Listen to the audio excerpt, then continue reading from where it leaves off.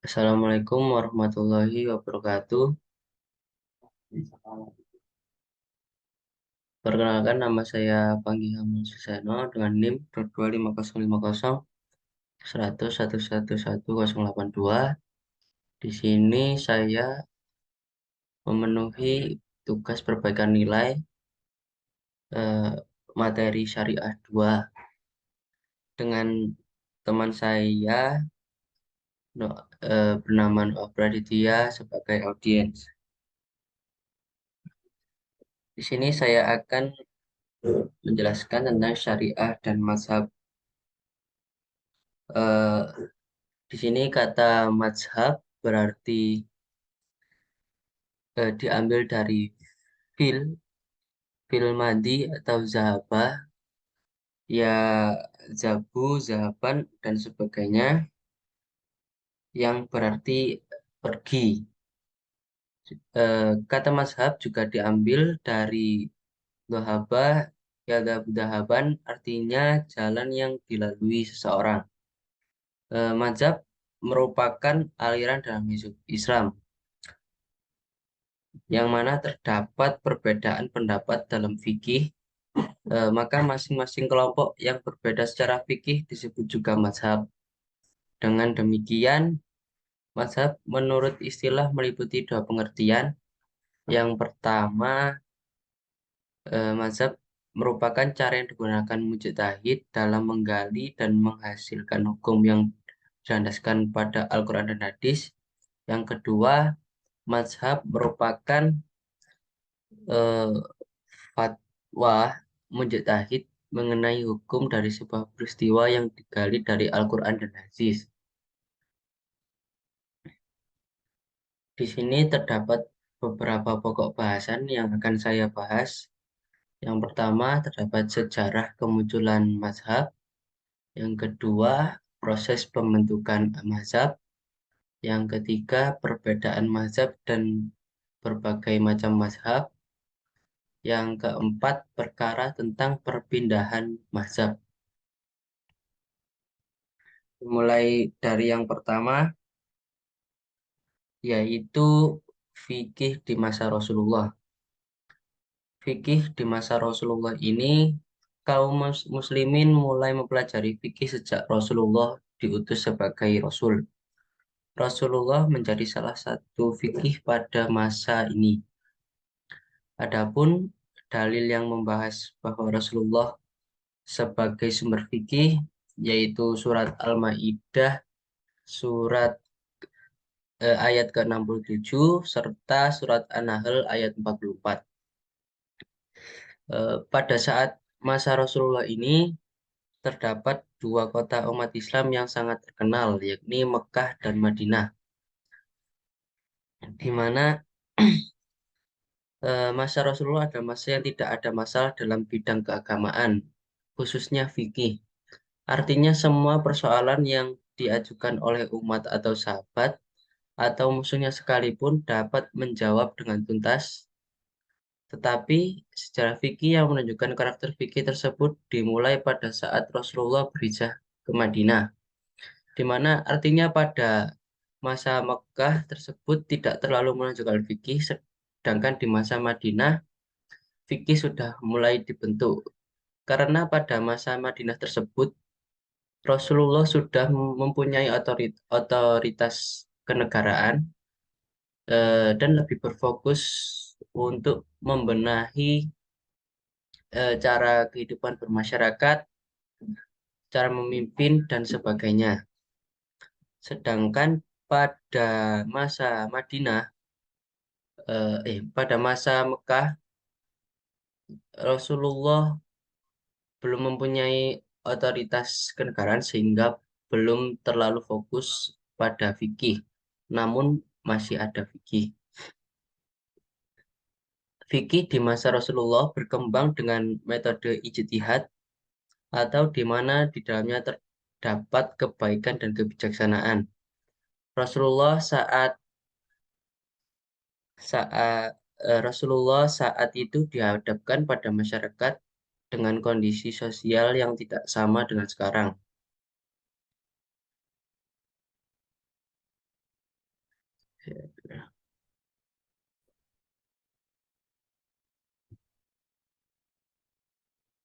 Pada saat masa Madinah tersebut, Rasulullah eh, sebagai orang yang diberi wewenang memberi penjelasan di satu sisi dan menghadapi realitas sosial yang berkembang di sisi lain. Rasul terkadang harus menggunakan akal yang disebut dengan ijtihad dalam penerapan hukum. Ijtihad Rasul tersebut pada dasarnya merupakan pengungkapan ilham ilahi dan eh, pada saat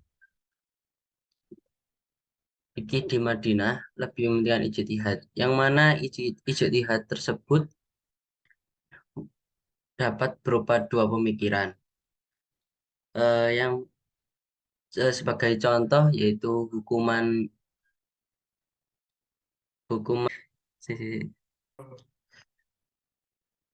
sebagai contoh dari ijtihad yaitu seperti contoh hukuman membunuh di mana orang tersebut dihukum pancung.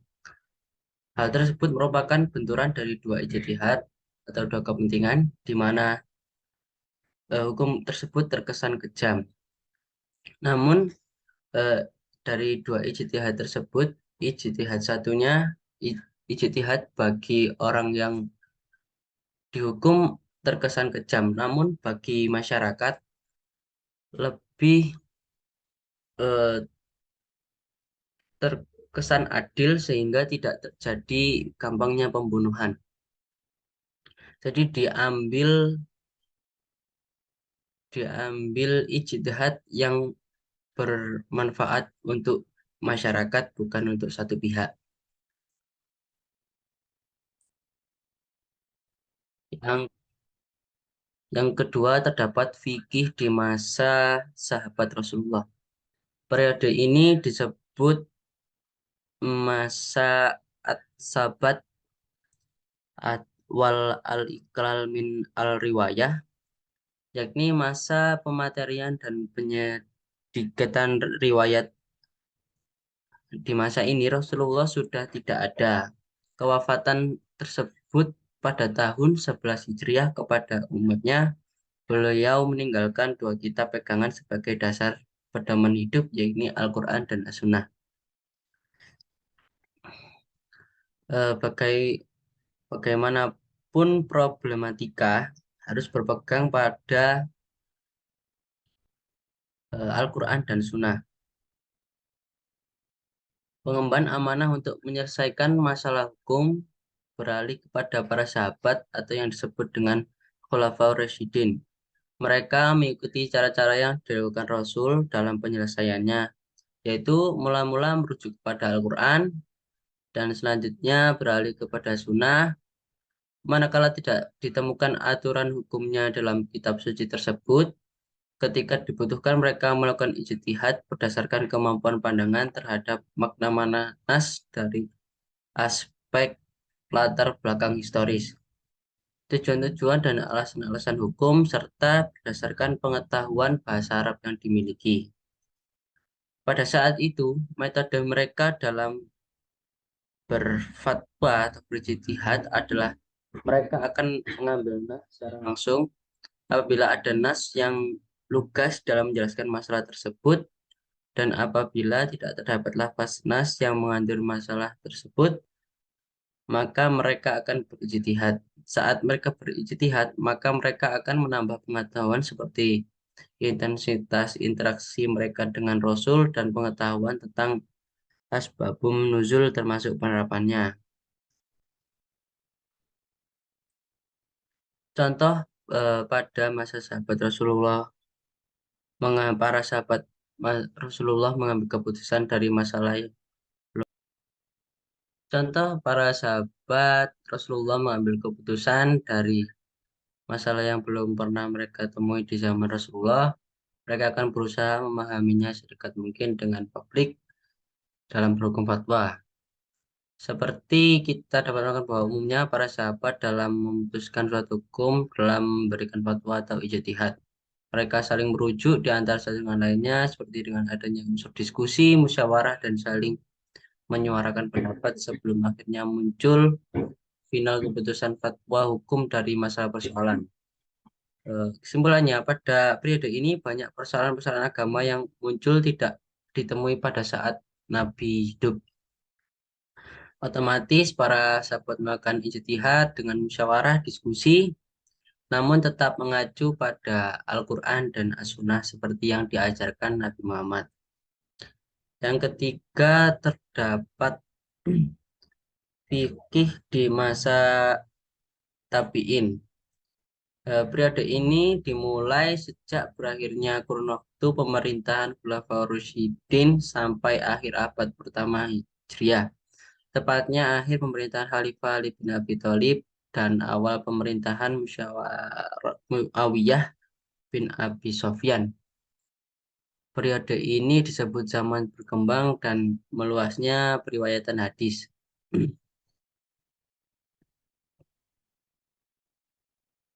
Eh, Tabiin adalah setiap muslim yang setiap muslim yang sempat menemui sahabat Rasulullah nam, eh, namun tidak meriwayatkan dari sahabat Rasulullah tersebut.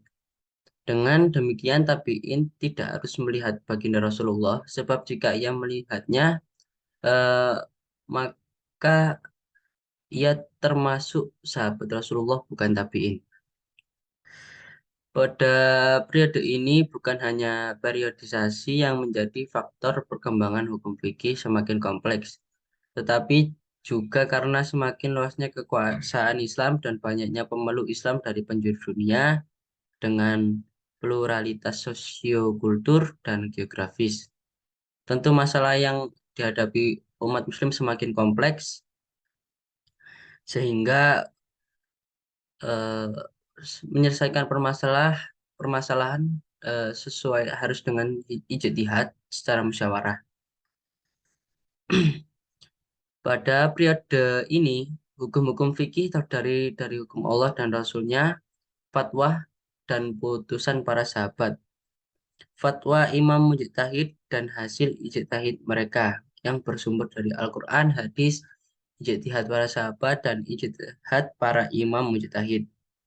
Barulah pada periode ini terjadi kodifikasi hukum Islam yang dipelopori oleh Imam Malik bin Anas dalam kitabnya yang berjudul Al-Muwatta atas permintaan Khalifah Al-Mansur, yaitu pembentukan atau pembagian mazhab.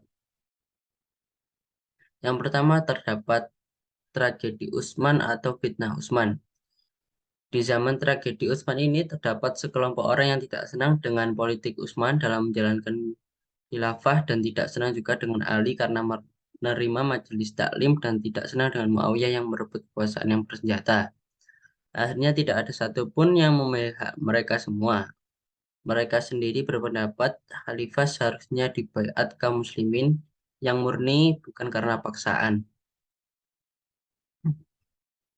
Mereka hanya mengambil fatwa dari ulama-ulama yang dikehendakinya.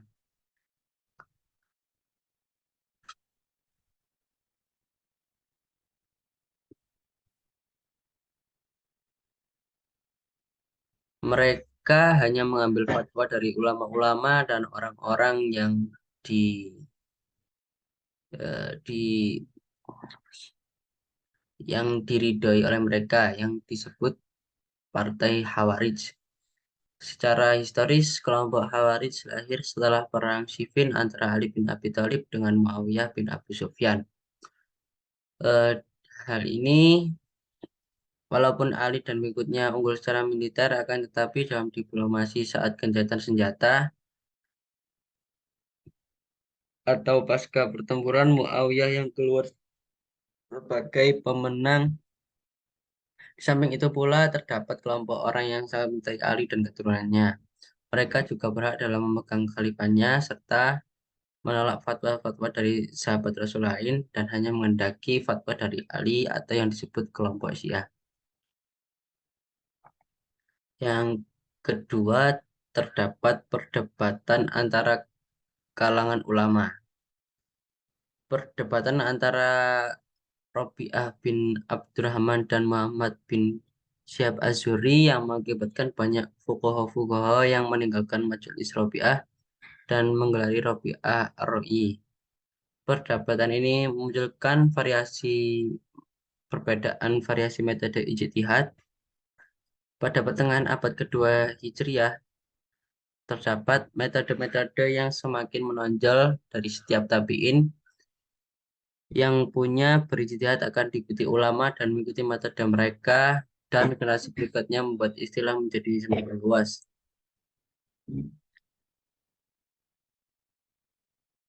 Yang berikutnya terdapat perbedaan mazhab dan macam-macam mazhab.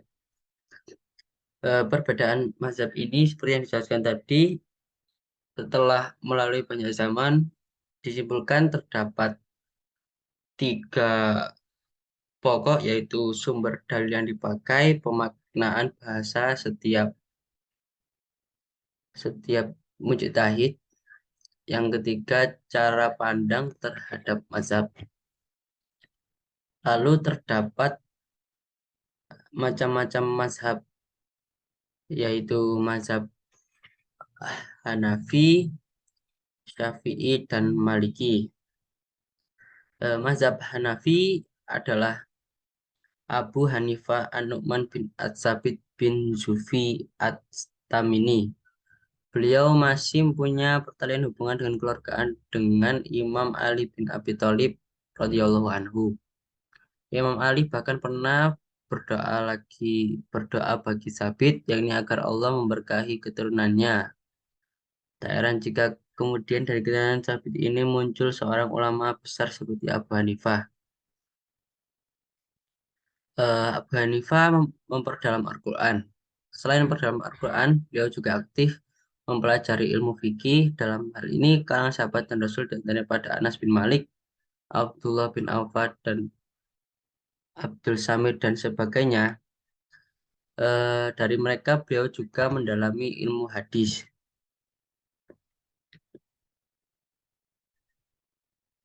Yang kedua terdapat mazhab Syafi'i. Pada mazhab Syafi'i ini dikenal sebagai mazhab dari Muhammad bin Idris Asy-Syafi'i Al-Quraisy. Beliau dilahirkan di Gaza pada tahun 1150 bertepatan dengan wafatnya Imam Abu Hanifah yang kala itu pendiri mazhab Hanafi. Yang ketiga terdapat mazhab Maliki. Mazhab Maliki ini didirikan oleh Imam Malik bin Anas. Beliau berasal dari Yamaniyah, di mana beliau rajin menghafal Al-Quran dan menuntut ilmu.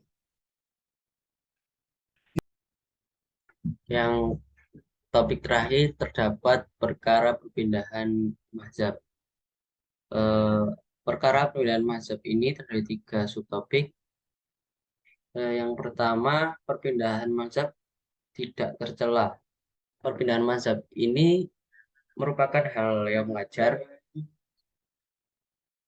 di mana tidak ada unsur tercela di dalamnya. Perbedaan-perbedaan pendapat asalkan mendekati Al-Quran dan As-Sunnah tidak dipermasalahkan di kalangan ulama. Yang kedua, terdapat kisah murid senior pada masa 200 Hijriah.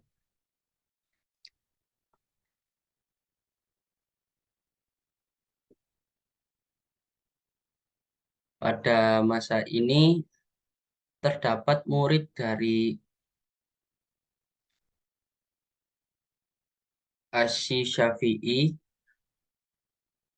yakni Al-Buati, yang pertamanya bermazhab Hanafi, namun takluk terhadap mazhab Syafi'i. Yang terakhir, beberapa pelajaran penting yang dapat diambil, ikhtilaf fikih itu bukan celah, tidak menunjukkan perpecahan, asalkan dijaga adab ikhtilafnya. Eh, Berpindah mazhab bukan bermakna pengkhianatan dan bukan pula aib. Kebenaran lebih layak diikuti, bukan pribadi. Jika keluar dari mazhab saja bukan celaan, apalagi keluar dari organisasi yang pada umumnya mencerminkan mazhab tertentu. Yang ketiga, seseorang dapat berpindah mazhab yang didorong semangat kebenaran. Yang keempat, dalam ikhtilaf fikih pasti ada suatu kebenaran, namun ijtihad yang salah itu dimaafkan. Kadang-kadang orang bayang ketika dikritik pendapatnya, maka reaksi awalnya adalah curiga terlebih dahulu. Ini mungkin manusiawi, asalkan orang tersebut memiliki sifat ikhlas, maka suatu saat dia akan diselamatkan oleh keikhlasannya. Yang keempat, petunjuk kebenaran itu bisa terjadi melewati mimpi. Yang kelima, menghadapi perbedaan pendapat lalu bingung itu manusiawi. Jika ingin selamat, maka mintalah petunjuk pada Allah dengan sungguh-sungguh. Jika bukan untuk duniawi, Allah akan memberi petunjuk.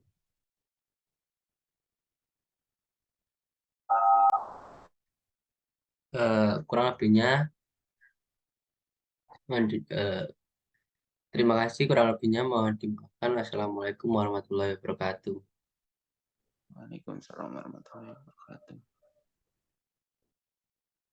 Nah, iki